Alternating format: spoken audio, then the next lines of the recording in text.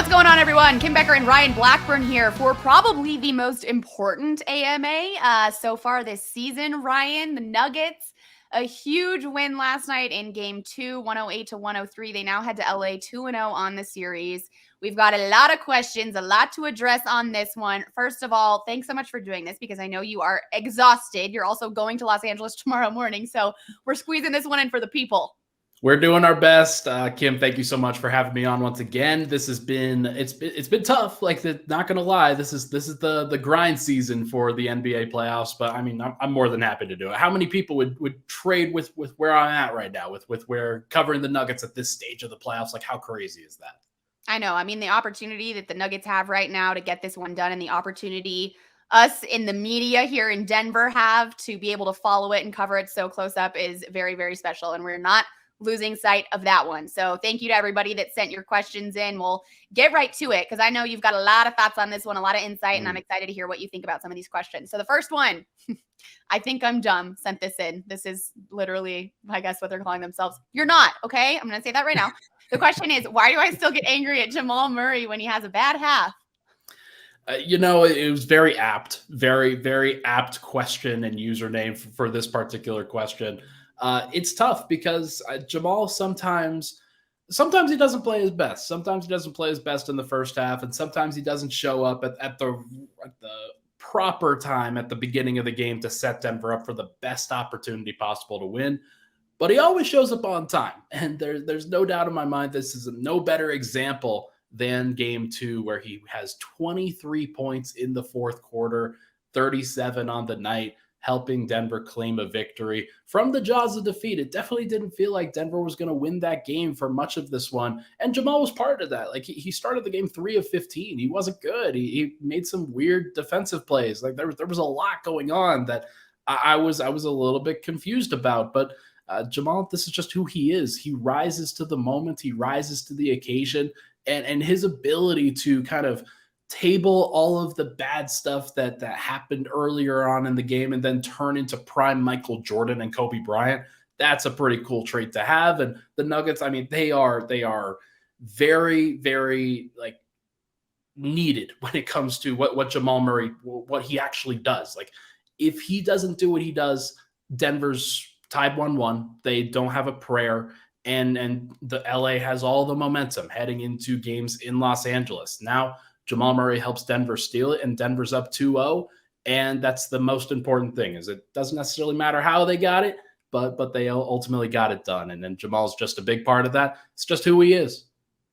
Well, and I think you noted it in your recap article after last night's game. Coach Malone gave him some confidence, right? Gave him a little boost and said, okay, don't let your bad offense dictate the rest of the game. And it was like after that, he just went off and literally went off in the fourth quarter. So I think that relationship that Coach Malone and Jamal Murray have too is something that's really special. And when you see a player have that much faith in what your coach is telling you and what they believe in you, I think it can go really far. And we definitely saw that one last night. So yeah, definitely a great showing at the end of the game there for the Nuggets, especially Jamal Murray. And Jamal Murray having 23 points in the fourth quarter. The Lakers had 24 as a team in the fourth quarter, correct?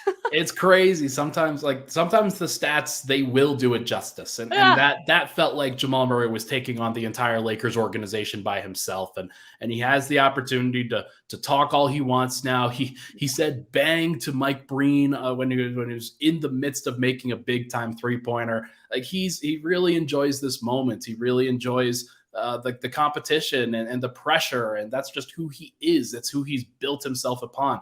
And it is just very cool to see him have this moment. No, it's awesome. All right, we've got a lot more to get to, so I'll keep this one rolling. The next question, did Malone Jedi mind trick Darvin Ham into playing D'Angelo Russell for 32 minutes last night? Shout out to my Star Wars fans playing Star Wars Jedi Survivor. I gotta love it. Yeah, I mean, Malone, he was talking a lot about D'Angelo Russell in between games 1 and 2.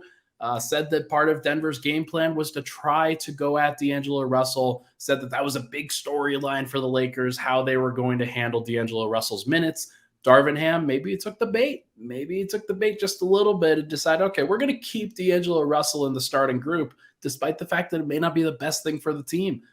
D'Angelo Russell started off the game reasonably well. I thought he made a couple defensive plays. I thought he made a couple big shots. But as the game went on, it was very clear that D'Angelo Russell was not the best thing for the Lakers' hopes. He finished the game at minus 16, and Bruce Brown, who he's going back and forth with for much of this last couple days, was a plus 16, basically mirroring the low impact that D'Angelo Russell had in this one. Darvin Ham has some choices to make heading into Game 3 at home, and one of those choices may be benching D'Angelo Russell and playing Dennis Schroeder in his place. That would not surprise me at all. So going to be interesting to see how Denver handles that and what they can actually do with it. But I do think that Michael Malone decided that, hey, maybe the best thing for Denver is to keep D'Angelo Russell on the floor because he's just not a good defender and sometimes makes some weird decisions. Yeah, no, I love that question. I love that answer even better. All right, this next one. Do you think we'll see more Reggie Jackson in games 3 and 4? Do you think we deploy? Oh, wow, I can't read. Deploy Najee Watson and try to contain Rui? Yeah, this is a good one because I was kind of surprised to see Reggie Jackson at the beginning of game 2. Basically, 3 minutes left in the first quarter. Denver's dealing with a bunch of foul trouble. Reggie Jackson gets out there. Hey, Reggie, come on. Like, we haven't played you the entire playoffs. Come on. Now, let's see what you got. Only played 3 minutes, only played the rest of the first quarter and didn't really play much of the rest of the game. But it is interesting to see Michael Malone go to him in that moment. Do I think it's going to happen in games 3 or 4? I don't know. Like it's hard to like every game is its own organism. Every game kind of takes on its own little personality. So maybe he does play. Maybe that's a situation where it calls for more Reggie Jackson.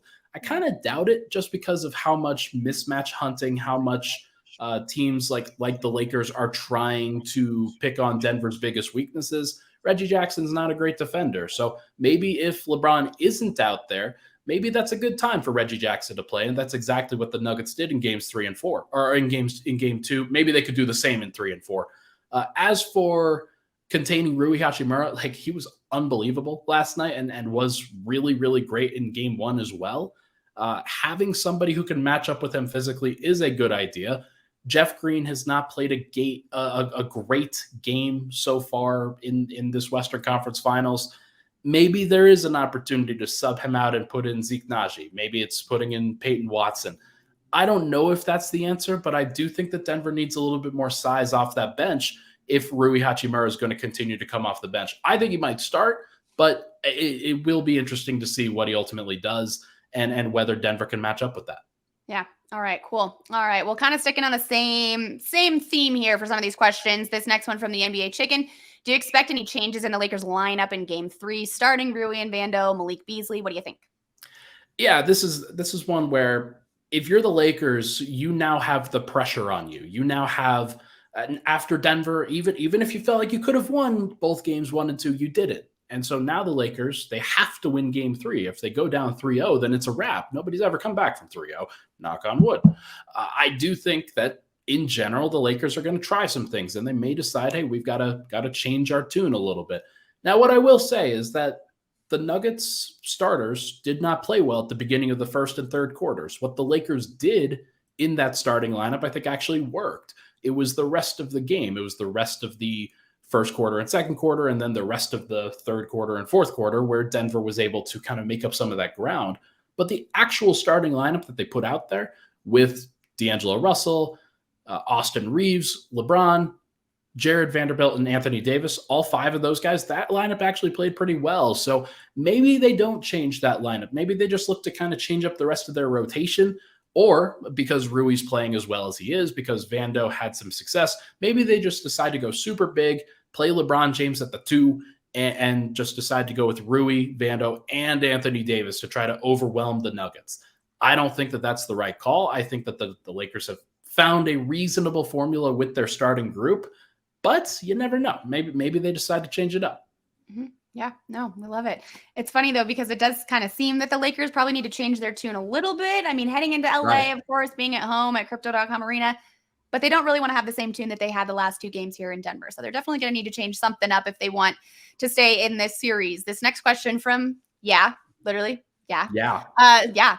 Do you think the rotation will be the same next game? I know we kind of talked about this a little bit, but we'll dive in a little more. Christian Brown has clearly not been great this series. Do you think they'll make any changes with him? Yeah, I got a lot of questions about the rotation, folks. It's not the only thing that Denver's got going on here. Like there's a lot to really discuss, but I do understand why people are a little bit concerned about the rotation. If I pull up my rotation chart here just offline, Mhm. Jamal played 43 minutes, Ooh, Jokic played 41, Bruce Brown played 37 minutes off the wow. bench, and so like that's a guy that you're trying to play a lot, and that's a big deal. Christian Brown only played 4.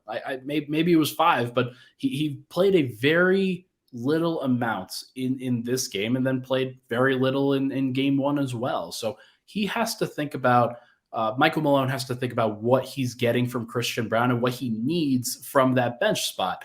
Now, Bruce Brown has been filling in great. He's been fantastic. Denver knows that they can play him all these minutes.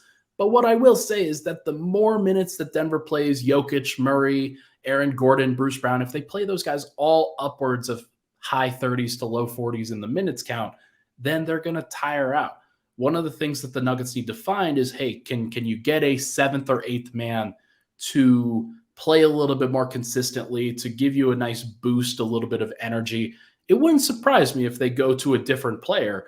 Now, who that guy is, I don't know. Maybe it is a Vlatko Chanchar who's a little bit bigger than Christian Brown, but there isn't really anybody for Christian Brown to guard on the perimeter in this series. Like they've tried him on a couple of guys and it hasn't really worked. Maybe it's Zeke Naji, and you go even bigger than that. Maybe it's Peyton Watson, and as others have mentioned before, Peyton Watson is more of a bigger body wing as opposed to just a true forward or big man.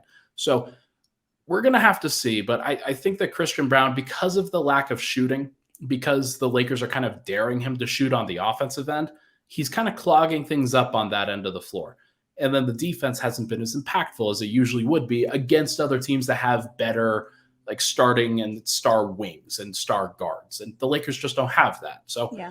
Denver's got to figure it out, and then they've got to figure out what Christian does. I want to see him continue to play, but he has to play well in order to justify that. Yeah, totally. I'm with you there. All right, we got 2 questions before we wrap this one up. This second to last one from a depressed onion. Hey, man. Which I feel like there's a lot of layers to that. No pun intended. Yeah. Okay. Do you think the Nuggets anticipate more foul trouble in LA? And if so, who are the likely additions to the rotation? Rotation, baby. Rotation. Keyword. Yeah, I think. I mean, look, Denver. There were some weird foul calls in Game 2. I'm not gonna lie. There was some weird stuff before Denver had a parade to the free throw line at the end of the game with the Lakers intentionally fouling. The free throw margin was plus 14 to the Lakers, so like they had a lot more attacks of the not necessarily attacks to the rim, but they had more trips to the free throw line because of those attacks. And I'm not sure if that's going to get any better in LA. It's probably going to get worse if we're being honest. So Denver has to know who they can go to in those situations. If like Jokic probably isn't going to get into foul trouble again, knock on wood. But I do think that if it's Michael Porter like it was last time, then Denver has to be willing to go to Vlatko Chanchar. If it's Aaron Gordon, Denver has to be willing to go to Zeke Naji. If it's KCP, Denver has to be willing to play Christian Brown. And like they have to have these guys within the rotation that they are willing and able to play rather than just shrinking it down and playing all of these guys super heavy minutes. So I'm thinking about Zeke Naji. I'm thinking about Vlatko Chanchar the most in terms of, hey, you need some kind of interior size to match up with a guy like Rui Hachimura. He was getting switched on to Jamal Murray. He was getting switched on to Bruce Brown. Those guys are guards. They're not forwards. Denver needs probably another forward within their rotation in order to guard those guys. So is it going to be like perfect? No. And I wouldn't expect that. And honestly, I think they'll try to stick with the same rotation because it's won them 2 games. But if you do get into foul trouble, Michael Malone has to be willing to go to some of these other guys rather than just playing everybody heavier minutes, because at some point the team's going to burn out, and you don't want it to be before you get to the right spots in the actual NBA calendar. Yeah, absolutely. All right, last one here from Jonathan. What's the key to the Nuggets winning on the road in games 3 and 4? And okay, I'm going to add a little to this. maybe not both games 3 and 4, but you think they could at least win one? Let's chat about that as well. In the words of Nikola Jokic, why not both? Why not? Why not? Let's just get both. That's fine. And it's funny because after that, like Denver got neither in like going into Phoenix. But look, it is funny that this is a possible question. This is something that it would be super cool if Denver swept the Lakers. That would be dope. Yeah. Will it happen? Probably not. But if they could get at least one of them, then that really changes the tenor of the series completely. I think that if I'm trying to identify one thing, it's Michael Porter Jr. He's been super steady over the course of these first 2 games, 15 points and 10 rebounds in game 1. I think he had 16 points and 7 rebounds and 3 assists in game 2. Mm-hmm. He can even go higher than that. He got into a little bit of foul trouble in this last game, but you know how much the Lakers are going to overreact to Jokic and Murray in the way that they've played. They're going to try to guard those guys with 2.5 to 3 people, which means that you've got advantages on the weak side. You've got advantages around just about everywhere. And Michael Porter's been great on both ends of the floor, in my opinion, trying to manage the balances there where, hey, you overload on some guys, I can help out a little bit more. I can step up in this moment. And he's done that in it isn't selfish in that manner either. Like, if you see guys that are being overwhelmed on one end, that's your opportunity to step up and be a great veteran and be a great presence to really help out in that situation. So I think that Michael Porter is going to be the key. I think that him staying out of foul trouble, being able to match up with a guy like LeBron and Anthony Davis and defend those guys reasonably well, if he can do that, and if he can get upwards of 20 points in one of those games, or maybe both, then maybe Denver has a great shot to steal one in LA. All right. I love it. Okay. Well, hey, hopefully they can steal 1, 2, like you said, would be fantastic. I'm not putting money on that, though. That's for sure.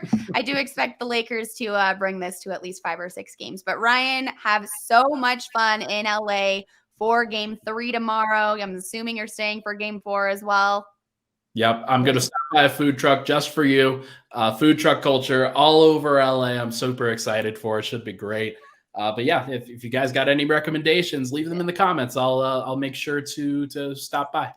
Love it, Ryan. Well, we can't wait to see the content that you'll give us from Los Angeles. Enjoy your trip. Have a safe flight. And we will chat next week after hopefully the series is over. Go Nuggets.